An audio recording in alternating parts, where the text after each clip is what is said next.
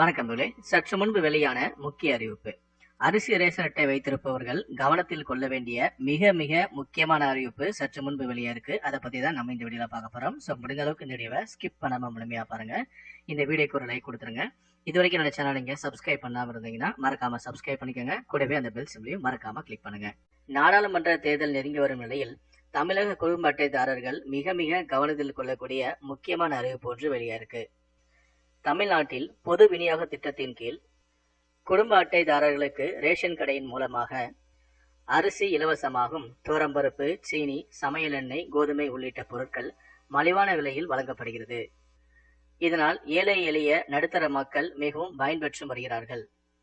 இந்த நிலையில் தமிழ்நாட்டின் மகளிர் உரிமை தொகை திட்டமானது கடந்த ஆண்டு மார்ச் மாதம் அறிவிக்கப்பட்ட நிலையில் அதுவரை ஒரே குடும்பமாக இருந்த பலர் தனி ரேஷன் கார்டுக்கு விண்ணப்பிக்க தொடங்கினார்கள்.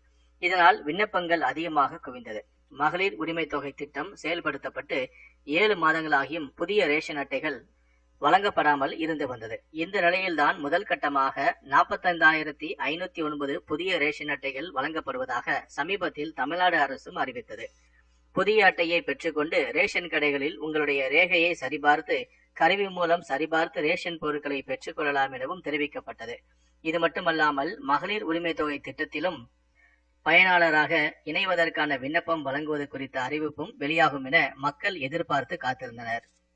இந்த நிலையில்தான் நாடாளுமன்ற தேர்தல் ஏப்ரல் 19ஆம் தேதி தொடங்கி ஜூன் 1ஆம் தேதி வரை 7 கட்டங்களாக நடைபெறுகிறது. ஜூன் 4ஆம் தேதி வாக்கு எண்ணிக்கை நடைபெறுகிறது. தேர்தல் தேதி அறிவிக்கப்பட்டவுடன் தேர்தல் நடத்தை விதிகள் அமலுக்கு வந்துவிட்டன.